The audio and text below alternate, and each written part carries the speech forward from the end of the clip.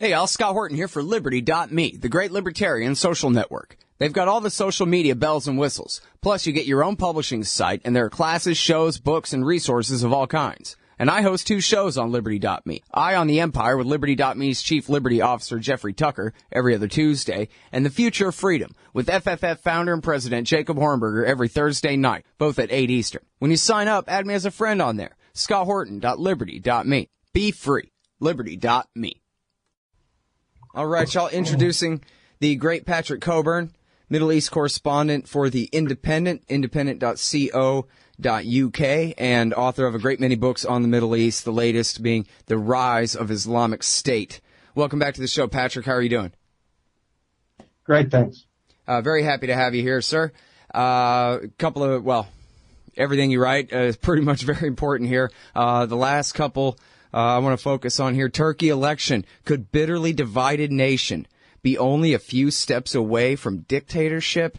And then the other, Russia in Syria. Airstrikes pose twin threat to Turkey by keeping Assad in power and strengthening the Kurdish threat. And to the end of that headline, we could add, Obama is announcing today that they're putting special forces, I don't know if they're already there or not, I assume they already were, but they're putting special forces on the ground in Syria and Kurdistan for use against the Islamic State as well. So very interesting, very complicated subject matter here. But we got a leader of Turkey who's got parliamentary elections on November the 1st, right? Please explain what all is riding on those elections. Well, these elections will decide whether the president of Turkey, Recep Tayyip Erdogan, who's been the leader of Turkey since 2002, gets back his majority in parliament, which he lost because the Kurdish party did well in the last election in June.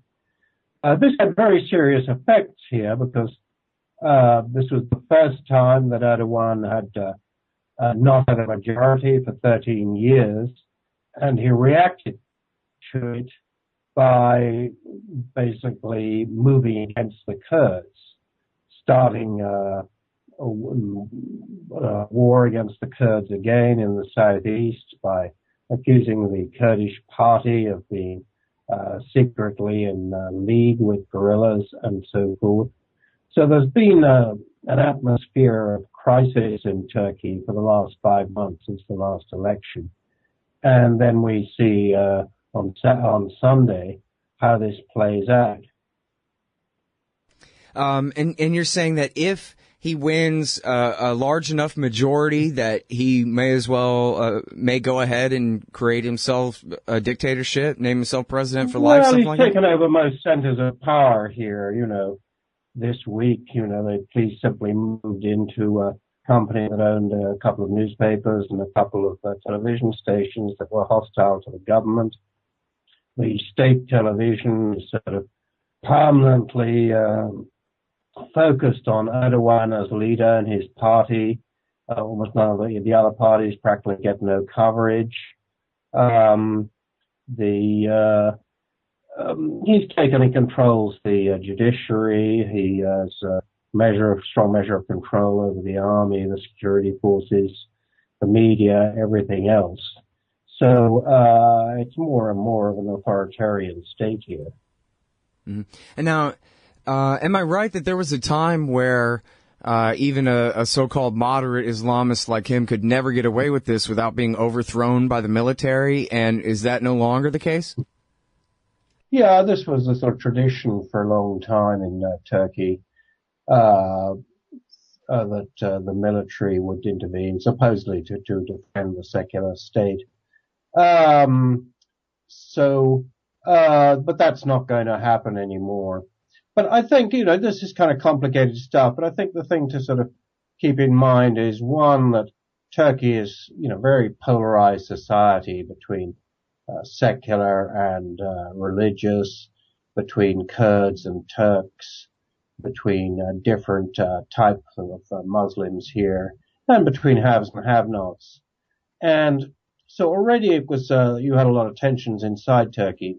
On top of that, you have an ever-growing crisis to the south of Turkey in Syria, where the Syrian Kurds have taken over most of the border, half the border area with Turkey.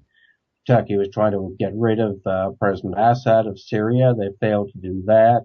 That's looking more and more of a long shot since the Russians moved in.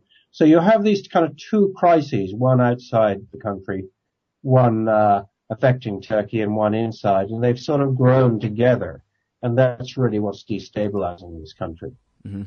And then you say that now that the Russians have intervened in Syria in a serious way against the Islamic State, and in essence I don't know if directly or not, but at least indirectly for the Kurds, that makes the Erdogan government that much more worried about their so-called Kurdish problem inside Turkey. Yeah, I mean, they have this sort of quasi-Kurdish state. There are a couple of million plus Kurds in Turkey. When the border between Turkey and Syria was first laid down, it just runs along the old railway track between Aleppo and Mosul. And there were Kurds caught on the southern side inside Syria. They're not no different from the Kurds in Turkey.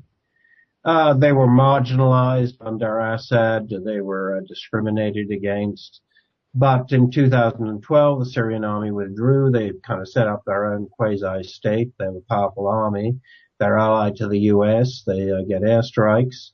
So suddenly this really worries the Turks, who can see this affecting their own Kurdish population, which is about sort of 15 to 20% of the population here.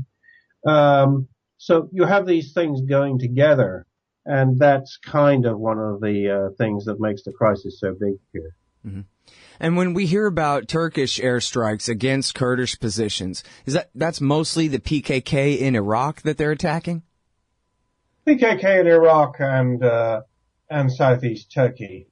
I'm not sure how much good it does them. You know, the PKK is dug into the Kandil Mountains, big gorges, steep valleys, caves. They're very experienced. I don't think they lose too much. Probably the same in Turkey. You know, these airstrikes, US or Turkish, they kind of don't work too well. You know, when they announce, you know, we are attacking headquarters of some guerrilla force, you know, it's a bit like Vietnam or something, you know. Guerrillas don't really have headquarters, you know. So it's not that effective. What is kind of effective is if it's done in partnership, you know, with an effective army on the ground, like the Syrian Kurds. And now, of course, the Russians have moved into Syria, and they're cooperating with the Syrian army, who's giving them about 400, 800 coordinates a day. They don't bomb quite that number, but they had earlier in the week, over a couple of days, they had about 118 airstrikes. The US-led coalition had exactly one over the same period. So you can see the balance of power changing in this part of the world. Mm-hmm. All right. Now, so when they're announcing, I mean, the way I understand it, Obama was going to announce it, and instead they just sent out the press secretary. I don't know what that really symbolizes, if anything. Amateur criminologist. I think, Scott, you know, whenever I hear that special forces are being sent somewhere or other, I always think this is a bit of a smokescreen. It's governments, in this case the US government, wanting to show to its own people, its own voters, that it's doing something. And, you know, special forces, everybody's seen movies about these, magically effective groups. So it kind of looks like action, but it usually happens when governments can't think what to do. And using some special forces, you know, at the worst, you might lose some people, but it's not going to war in any big sense. Mostly it's a bit of a political smokescreen. Mm-hmm. Give them the ability to claim some small victories, like a prison rescue, something like that. So that makes sense. Yeah, small victories. You suffer a small defeat. It's not too bad, but it shows action, you know. Right. It's like drones, you know. Okay, but so they announce in Yemen or, Pakistan that they've hit the assistant deputy commander of some Taliban group. You know, it sounds sort of significant, but usually it's he's replaced by his younger brother or something who's even tougher than he is. You know, so it's all kind of a bit meaningless, really, to my mind. Mm-hmm. All right, now here's the thing that obviously it is the most worrisome thing, not in the sense that it's the most likely problem, maybe, but in the sense that it could be the problem with the most severe consequences, and that is the Americans and the Russians getting tangled up, hating each other, but fighting some of the same targets, attacking some of the same targets on the ground there, fighting for and against some of the same factions and some not, and it seems like a real not. And I wonder if you think that there's a danger that we're going to have American and Russian planes ending up in dogfights over Syria, or maybe, if there's a likelihood of accidental or deliberate Russian attack that costs the lives of American soldiers, that could end up turning this ridiculous, horrible war into something much worse. I suppose there always is a chance that something like that will happen, when you think back over the Cold War, suddenly somebody shoots down a Korean airliner, which is the Russian Soviets shot down a Korean airliner because it was where they thought some American spy plane was, and the Korean airliner sort of got its navigation screwed up and so forth. But sort of accidents like that are always likely to happen. The same thing when this Malaysian airliner was shot down over eastern Ukraine. So all that's possible. It's a very sort of messy situation. That there you have the Russians attacking mostly the non-ISIS but jihadi al-Qaeda type Syrian opposition, the US attacking ISIS, but in some ways they got interests in common, but they're also rivals. You never quite know which way it's going to go. You never quite know also, within the US, does the State Department have one policy and the Pentagon another, and intelligence agency a third policy. When you have messy situations like this, you often sort of governments, government institutions sort of face all ways. Mm-hmm. Isn't it ironic? Do you find it as puzzling as me that even a year and a half after the declaration of the Islamic State, that America continues to arm and back and support at least some of these rebel factions against the Assad government, which ultimately is only to the benefit of Baghdadi and his friends?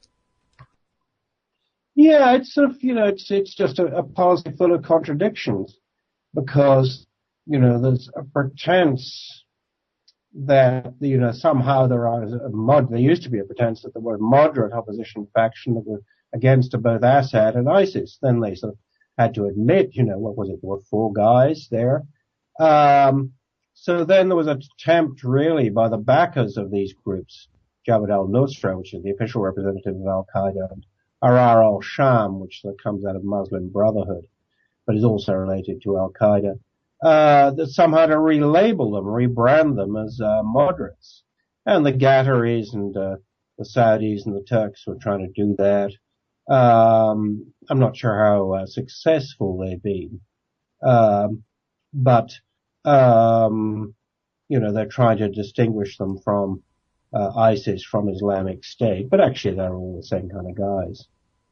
It seems like people spin this as though Assad is just an ally of the Islamic State somehow because they make the insurgency look bad or something. But they don't really seem to mostly focus on fighting Assad. And they do, of course, at some times, and have obviously, massacred Syrian army prisoners and that kind of thing. So obviously they're not allies at all. But they sort of seem to focus on holding the ground they've got. And from here, I don't know, what do I know, Patrick? But from Texas, it looks to me like the Islamic State basically uses Ahrar al-Sham and whatever so-called FSA groups and al-Nusra as their useful idiots who go and do the fighting and dying and taking the territory for them, and then they come in and consolidate and expand their territory slowly but surely, while these other guys are making the ultimate sacrifice on their behalf.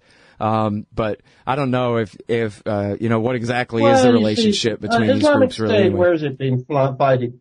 It hasn't been doing much fighting in Iraq recently. It's been doing some fighting. It took Palmyra, then it moved quite close to the main road, north-south road, north of Damascus up to Aleppo. has taken some positions just south of Aleppo, kind of sealing off Aleppo. These are quite important moves. Probably Islamic State. You know, in all this fighting, Islamic State usually turns out to be much tougher and more effective than people think. You know, that happened at Mosul, it happened, but it keeps on happening. They keep on underestimating it. You know, and there's no doubt, you know, the focus has been on the Russian intervention, you know, started on the 30th of September. But what hasn't had much focus on it is that the US-led air campaign, which started, when was it, August last year, in Iraq and September in, Syria, simply hasn't worked. There have been 7,000, airstrikes, mostly by the US, but Islamic State is still there and it hasn't really been contained. You know, you get these, sort of Central Command CENTCOM, produced this, famous map showing that ISIS was falling back and lost territory. You know, but it was kind of greeted with derision by anybody who knew the situation there.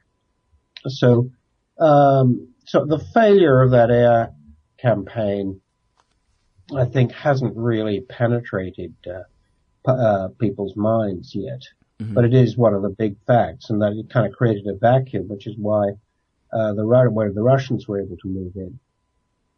Well, okay, so what if a hawk argued that, well, America just doesn't have reliable enough partners on the ground in Iraq because the Iraqi army is, hardly exists, and they can't directly work with the Shiite militias that are under Iranian control, and the Kurds can kind of only go so far, but maybe the Russians are in a position, if they're backing the Syrian army with air power, that they actually could roll the jihadists back. Not that I'm saying I'd be for that, but do you think that's within the realm of possibility that Russia's air war? The peculiarity of U.S. policy, it's been the same weakness, not just this year, last year, since Islamic State appeared on the horizon, but really going right back to 9/11. The U.S. wants to maintain its good relations with these powerful Sunni states, like Saudi Arabia. After 9/11, remember 15 out of 19 hijackers were Saudis. Bin Laden was a Saudi.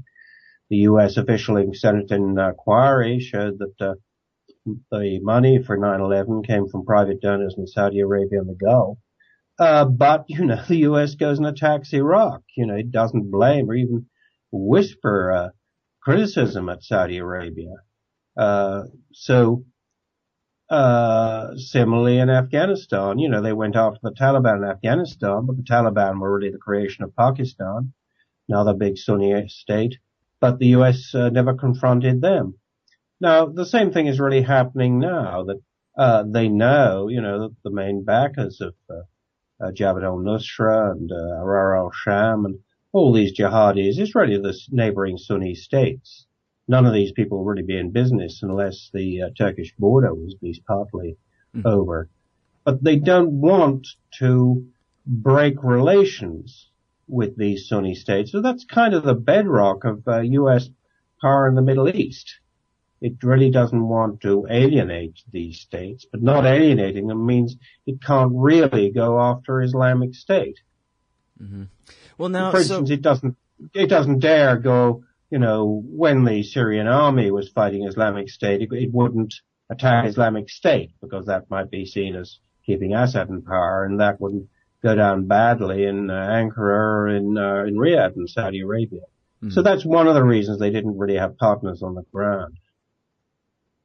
All right. Although, on the other hand, though, that kind of makes it sound like there really is a possibility for the success of talks here. If America insisted that its allies take this seriously. I mean, they are, after all, have invited even Iran, no Syrians, but they are sitting down and having at least preliminary type talks, including even the Iranians and the Russians. And it seems like if America could get its allies to cut off the Islamic State, it'll wither pretty quickly. They're landlocked. If they can't sell their oil to the Turks and they can't get their men across the border from the Turks and they're surrounded by enemies, they're at least a lot more vulnerable that way if somehow the Saudi government would actually stop bankrolling them. No? Yeah, I mean, they're vulnerable to that, to supplies not getting through. Will that happen? I sort of doubt it, because I don't think Washington want to put that kind of pressure on its Sunni allies in the region. It certainly hasn't done so before. Yeah. But, there is movement. I mean, I felt when the Russians intervened that, in some ways it complicated the situation. Intervened with airstrikes. But, it had a positive side that I thought that would sort of motivate the U.S. to get negotiations going again, because they couldn't really sort of just stand back and let the Russians sort of take all the initiatives in Syria. And that's happening. But does that bring us any closer to a de-escalation of the peace? Well, too early to say. Yeah. Probably not. Yeah, and that same need to spin cuts both ways too. In fact, the guy on CNN earlier was saying that the reason they gotta send the special forces, as you said, it's a symbol for something. In this case, he said, because we can't let the Russians suck up all the anti-ISIS energy or whatever it was. We have to have our presence there no matter what, if they do. I think that's true. That's kind of subtle stuff for CNN. I think that's kind of true. Really not a very good enough argument if you ask me. All right, well, listen, I really appreciate you giving me another great interview, Patrick. Not at all. Great to talk to you, Scott. All right, y'all, that is the great Patrick Cockburn, his Middle East correspondent for The Independent. That's independent.co.uk. And his archives also run at unz.com. That's UNZ, unz.com. His latest book is Rise of Islamic State. Don't you get sick of the Israel lobby trying to get us into more wars in the Middle East? Or always abusing Palestinians with your tax dollars? It once seemed like the lobby would always have full-spectrum dominance on the foreign policy discussion in D.C. But those days are over. The Council for the National Interest is the America lobby, standing up and pushing back against the Israel lobby's undue influence on Capitol Hill. Go show some support at councilforthenationalinterest.org. That's councilforthenationalinterest.org. Hey, y'all, Scott here for Samurai Tech Academy at mastersamuraitech.com. Modern appliance repair requires true technicians who can troubleshoot their high-tech electronics. If you're young and looking to make some real money, or you've been at it a while and just need to keep your skills up to date, Samurai Tech Academy teaches it all. And they'll also show you the business, how to own and run your own. Take a free sample course to see how easily you can learn appliance repair from mastersamuraitech.com. Use coupon code Scott Horton for 10% off any course or set of courses at mastersamuraitech.com. Hey, y'all, Scott Horton here. It's always safe to say that one should keep at least some of your savings in precious metals as a hedge against inflation. And if this economy ever does heat back up and the banks start expanding credit, rising prices could make metals a very profitable bet. Since 1977, Robertson Roberts Brokerage Inc. has been helping people buy and sell gold, silver, platinum, and palladium, and they do it well. They're fast, reliable, and trusted for more than 35 years. And they take Bitcoin. Call Robertson Roberts at 1-800-874-9760 or stop by rrbi.co.